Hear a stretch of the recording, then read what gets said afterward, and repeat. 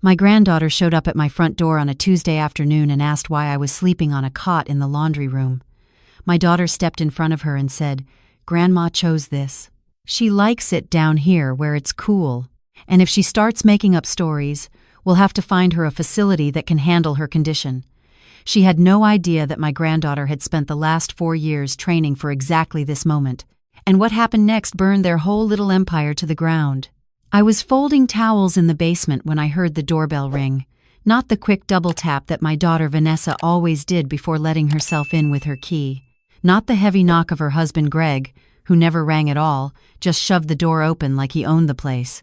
Which, according to the papers they made me sign, he now did. This was a real ring. Polite, patient. Then another one. From the basement, I could hear Vanessa's heels clicking across the hardwood floors upstairs. The floors I had refinished myself 15 years ago, on my hands and knees, sanding and staining every plank after my husband James passed, and I needed something to do with my grief. I heard the door open. Then a voice I hadn't heard in person for 4 years. "Hi, Mom. I'm looking for Grandma Lorraine." My whole body went still.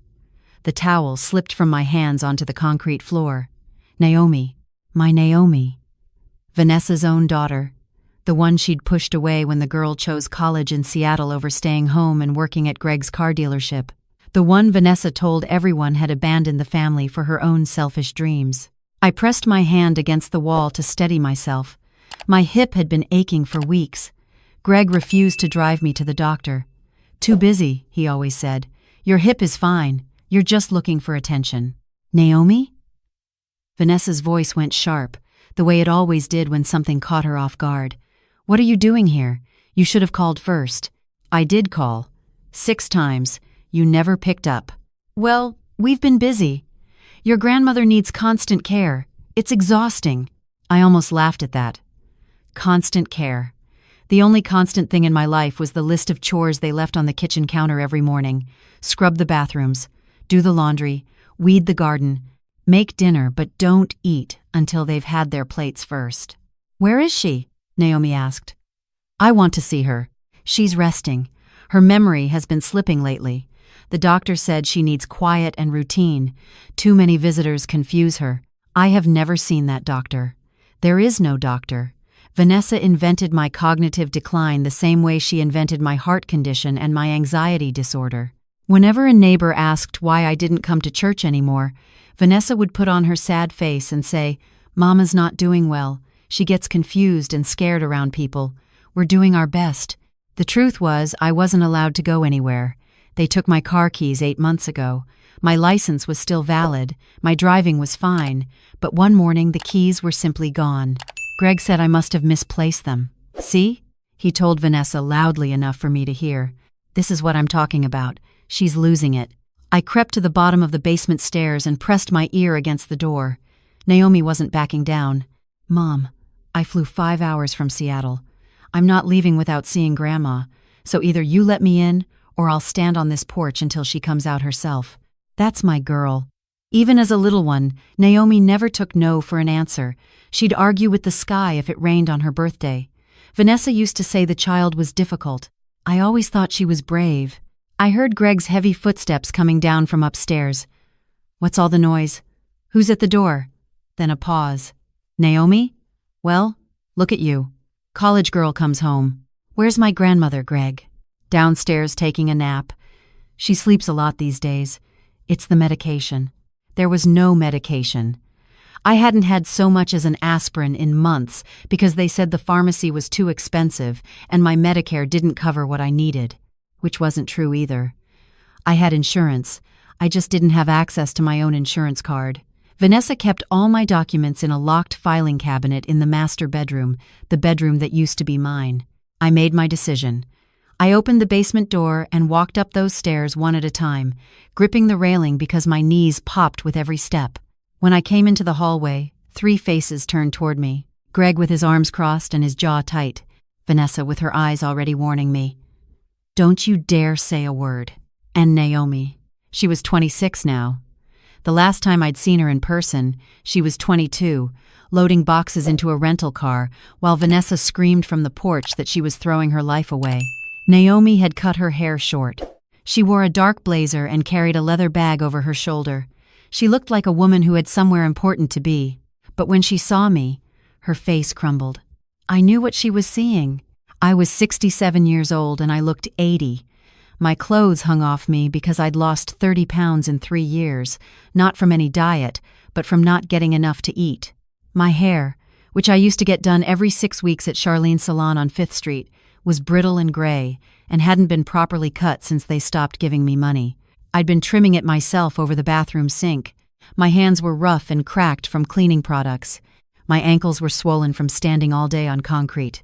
"Grandma," she whispered, and her voice broke on the second syllable. "Hey, baby," I said. I tried to smile, but my chin was already trembling. "Look at you, all grown up." Vanessa moved fast. "Mama, you're supposed to be resting. Let's get you back downstairs. You know the doctor said." "What doctor?" Naomi cut in. Her voice had changed. It wasn't soft anymore. "Which doctor? What's their name?" Vanessa blinked. "Dr. Patterson. At the clinic on." "There's no Dr. Patterson at the Riverside Clinic, Mom. I already checked." The room went very quiet. Naomi had checked. Before she even arrived, she had checked. Something in my chest, something that had been clenched tight for years, loosened just a fraction. "Naomi, I don't appreciate you coming into our home and interrogating us," Greg said, stepping forward. "We've taken your grandmother in. We feed her. We keep a roof over her head. This is her house," Naomi said. "Actually." Greg smiled that thin, satisfied smile of his. "It's not. Not anymore. Your grandmother signed the property over to us last year. It's all legal, all documented. She wanted it this way." I felt the room tilt. The papers. Those papers he brought me on a Thursday night when Vanessa was conveniently at her book club. He'd sat across from me at the kitchen table with a pen and a stack of documents. He spoke slowly, like I was a child. "This is just estate planning, Lorraine. So, when something happens to you, God forbid, the kids don't have to fight over the house. It keeps everything clean." He pointed to the signature lines, "Here, here, and here." I asked to read them first. He sighed and checked his watch. "Lorraine, it's 10 pages of legal jargon. I had a lawyer look at it already. It's standard stuff. You trust me, don't you?" I didn't trust him. But I was afraid of what would happen if I said no. The last time I refused something, he disconnected the cable to my little TV in the basement. Vanessa told me I was being selfish and ungrateful. "We gave up our apartment to come take care of you, and this is how you repay us?" They hadn't given up anything. Their apartment lease ran out because Greg lost another job, and they moved in with me because they had nowhere else to go. That was 3 years ago. They never left. But let me tell you something about Naomi. She didn't break eye contact with Greg, not for a second, and what she said next changed everything. "I'd like to see those documents," she said calmly. "Because I'm a licensed social worker with the Washington State Adult Protective Services Division. I investigate elder abuse cases for a living, and everything I've seen in the last 5 minutes has my professional alarm bells going off." Greg's smile disappeared. "Now," Naomi continued, setting her bag down on the table like she was settling in for a long stay, "we can do this the easy way, where you show me the documents and let me talk to my grandmother privately. Or we can do this the way I usually do it at work, which involves law enforcement, forensic accountants, and a judge. Your choice." Before I get to what happened next, let me ask you something, like we're sitting on the porch together with a glass of sweet tea. If you found out someone in your family was being treated this way, locked away, used, silenced, what would you do? Would you step in? Think about that while I tell you how we got here. 3 years earlier, I was doing just fine. James had passed 5 years before that, and yes, I grieved, but I found my footing. I had my house on Birch Lane, paid off since 2004. I had my Social Security, a small pension from my years working at the school district, and a little savings account James left me. Nothing extravagant, but enough. I had my routine: coffee on the porch at 6, walk to the corner store for the paper, Tuesdays at the senior center for cards with my friends Dorothy, Arlene, and Bev, Thursdays at Charlene's salon, Sundays at Greater Hope Baptist. I was living. Then Vanessa called. She and Greg had hit a rough patch. Lease was up. Greg was between jobs again. Could they stay for a month or two while they sorted things out? Of course. She was my daughter. A month became 3. 3 became 6. Greg found a job at an auto parts store, then quit after an argument with his manager. Found another one, got let go.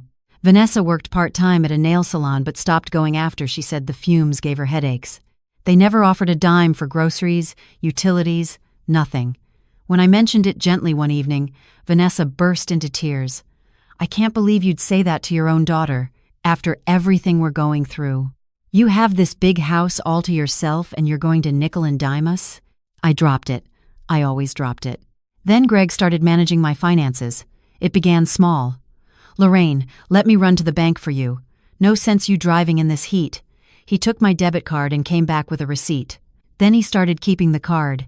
Then he asked for my PIN, just in case of emergencies. I gave it to him. God help me, I gave it to him.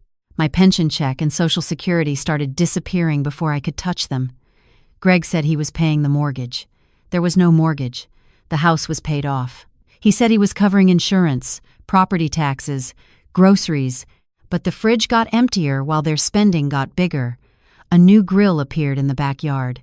Vanessa started getting her nails done at a fancy place across town. Greg bought a flat-screen TV for the living room so big it blocked the window. Then they took my bedroom. Vanessa said she needed a bigger closet. Mama, the basement is actually better for you. It's cooler in summer, and you won't have to climb the stairs so much. It's safer. She patted my arm like I was a golden retriever.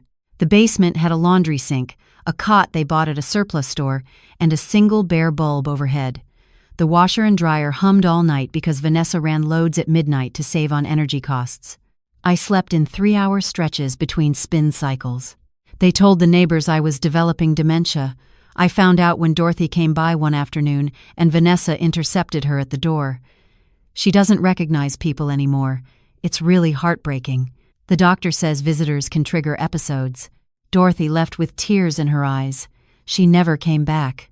Arlene tried calling. Greg answered my phone and said I was having a bad day and couldn't talk. After a while, the calls stopped. The isolation was the worst part. Not the bad food, not the cot, not the endless cleaning. It was the silence.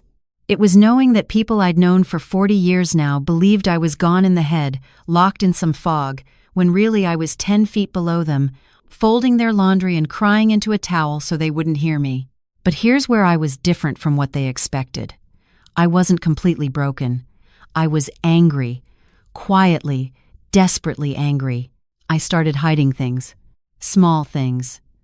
When Greg brought me papers to sign, I'd read what I could before he snatched them away. I memorized dates. I kept a little notebook tucked inside an old pillowcase in the basement, and every night after they went to bed, I wrote down what happened that day. March 14. Greg took $400 from ATM. Said it was for property tax. House is paid off. No tax due until November. April 2. Vanessa told the mailman I have Alzheimer's. Not true. June 19. Tried to call Naomi. Greg deleted her number from my phone. I couldn't fight them head on. I knew that. Greg was 240 pounds and had a temper that ran hot. Vanessa could twist any conversation until I was the one apologizing. But I could document. I could remember. And I could wait. Now, back to the living room. Naomi standing there, blazer on, bag on the table, telling Greg he had a choice. He chose wrong. "Get out of my house," he said. "Not your house," Naomi replied without flinching. "And I'm not going anywhere until I talk to my grandmother alone." Greg took a step toward her. Naomi took out her phone and dialed 3 numbers. She held it up so he could see the screen. 911 was one tap away. "Touch me," she said quietly, "and you'll be in handcuffs before dinner." Vanessa grabbed Greg's arm and pulled him back. "Let her talk to Mama," she hissed. "She'll see everything is fine and then she'll leave." They went upstairs. The moment the bedroom door closed, Naomi turned to me, and all the steel drained out of her face. She looked like the little girl who used to crawl into my lap during thunderstorms. "Grandma, tell me everything." I went to the basement and came back with my notebook. 14 months of entries. Dates, amounts, lies, every detail. Her hands shook as she turned the pages. "I wrote it all down," I said. every single thing, because I knew someday someone would come. She closed the notebook and looked at me with red-rimmed eyes. I'm here now, and we're ending this today. That evening, Naomi didn't just talk.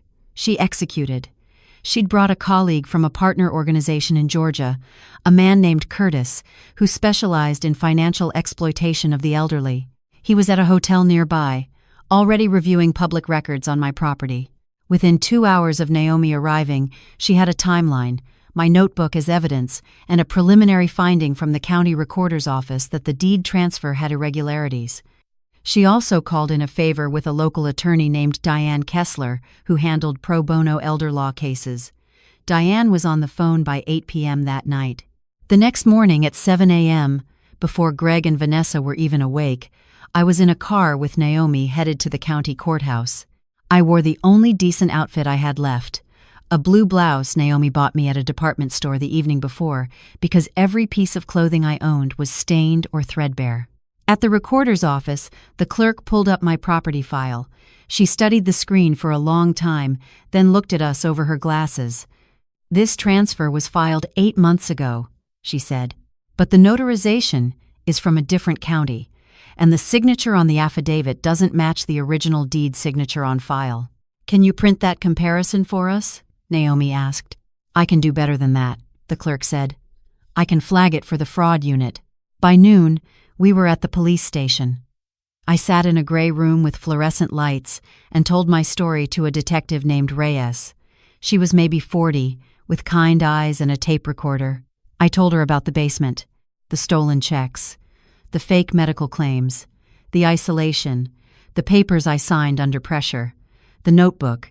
When I mentioned the notebook, Detective Reyes leaned forward. You documented everything? Dates and amounts? I pulled it out of my purse. It was a cheap spiral notebook with a coffee-stained cover, but inside those pages was the truth, written in my own shaky handwriting, night after night, in a basement that smelled like dryer sheets and despair. Mrs. Lorraine, she said, this is one of the most thorough victim records I've ever seen in a case like this. I didn't cry at the police station. I'd done enough crying. But walking out of there, knowing someone had read my words and believed me, I felt something I hadn't felt in years, like I existed again. That afternoon, Naomi took me to a doctor. A real one. Dr. Amara Williams at the Community Health Center. She examined me for 2 hours. Malnutrition, vitamin deficiencies, untreated arthritis in both hips, elevated blood pressure from chronic stress, and not a single sign of dementia or cognitive impairment. She put that in writing. You are sharp as a tack, Mrs. Lorraine, Dr. Williams said. Whatever anyone told you about your mind, it was a lie. I held that medical report like it was a diploma. While the legal machinery churned, Naomi moved me into a hotel. Clean sheets, hot water that didn't smell like rust, a bed that didn't creak every time I breathed. She ordered room service and watched me eat a full meal for the first time in months. Grilled chicken, mashed potatoes, green beans, and a slice of chocolate cake. Slow down, Grandma, she smiled. The food's not going anywhere.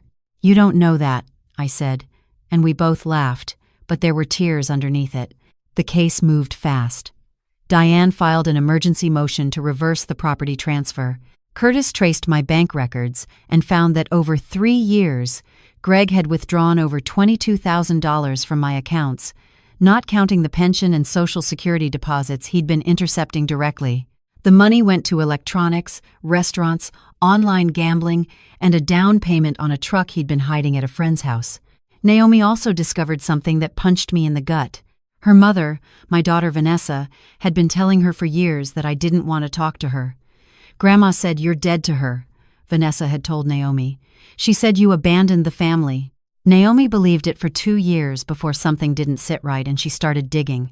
I almost gave up on you, Naomi whispered that night.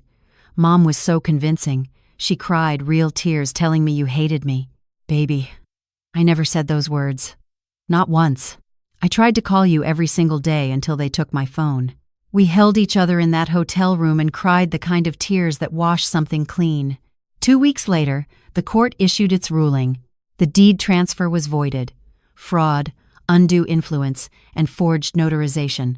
My house was mine again. Greg and Vanessa were ordered to vacate within 72 hours. Protective order issued. Neither of them could come within 500 feet of me. Criminal charges followed. Greg was charged with financial exploitation of an elderly person, fraud, and forgery. He took a plea deal, 4 years, state prison. Vanessa was charged as an accomplice. She got 3 years of probation, mandatory restitution, and 200 hours of community service at, of all places, an elder care center. The judge said he wanted her to see firsthand what real caregiving looked like. Restitution was ordered for the full amount, $22,000 plus damages. They didn't have it, of course. Wage garnishments were set up. It would take them years. Good. Let them feel what it's like to watch every dollar disappear. The day I walked back into my house with the keys in my hand, I stood in the doorway for a full minute, just breathing. The place was a mess. They'd left in a rush. Half-packed boxes, trash bags in the hallway, a broken lamp on the floor. But it was mine. Naomi and Curtis helped me clean for 3 days straight. New locks on every door. New mattress for my bedroom, my real bedroom upstairs, where the morning sun comes through the east window just right. We repainted the kitchen the pale yellow I'd always wanted. We ripped out the cot in the basement and turned the space into a proper laundry room again with a folding table and a radio so I could listen to music while I worked. Dorothy came by on the second day. She stood on the porch with a casserole dish and tears streaming down her face. "Lorraine, I am so sorry." I believed her. I believed every word she said about you. "Come in," I said. "The coffee's on." Arlene came next. Then Bev. Then Charlene from the salon, who sat me down in my own kitchen and gave me the best haircut I'd had in 3 years, free of charge, and told me she'd come every month from now on. One by one, the people Vanessa had pushed away came back. They brought food, flowers, apologies. Some brought their own stories of family members who'd done similar things. I listened to everyone, because I knew now how much it meant to be heard. Naomi flies in every couple of months. She calls twice a week on video. She set up my phone with big icons and taught me how to use it without being afraid. I have Dorothy's number, Arlene's number, the church office, the senior center, and Dr. Williams all saved. Nobody controls who I talk to anymore. I went back to Greater Hope Baptist on a Sunday morning, 3 weeks after the court ruling. When I walked through those double doors, Pastor Williams stopped mid-sentence. The whole congregation turned, and then someone in the back started clapping, and it spread through the room like a wave. I didn't deserve applause. I didn't do anything heroic. I survived, that's all. But standing there in that church, surrounded by people who saw me, really saw me, I understood something. Silence is what almost killed me. Not Vanessa, not Greg. The silence, mine. Every time I said I'm fine when I wasn't. Every time I smiled through a lie. Every time I chose shame over truth because I couldn't bear the thought of admitting my own daughter had done this to me. That silence was a cage I built around myself, and they were happy to lock the door. Now let me talk to you directly, because I know some of you listening to this right now are sitting in your own version of that basement. Maybe it's not a cot and a bare bulb. Maybe it's a spare room with a lock on the outside. Maybe it's a grown child who manages your money and never shows you the receipts. Maybe it's someone who tells your friends you're confused when your mind is perfectly clear. Maybe it's the slow, quiet theft of everything you are. I need you to hear me. That is not love. That is not family taking care of you. That is abuse. It has a name, and it has laws against it, and there are people whose entire job is to stop it. Call Adult Protective Services. Call the police. Tell your neighbor, your pastor, your doctor. Write it down in a notebook like I did, every date, every dollar, every lie. Because when the time comes, and it will come, that notebook is your voice when you can't speak. And if you're listening to this, and you're not in that situation, look around. Check on the elderly woman down the street whose family suddenly moved in. Ask questions when someone tells you their mother doesn't want visitors. Pay attention when a person you've known for decades suddenly disappears from the world, because sometimes all it takes is one person showing up at the front door and refusing to leave. For me, that person was Naomi. I'm 67 years old. My name is Lorraine. I sleep in my own bed, in my own room, in the house I paid for with 30 years of work.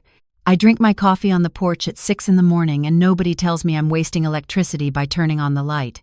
I planted gardenias along the front walkway last spring, and every morning when I step outside, I smell them before I see them, and I think, this is mine.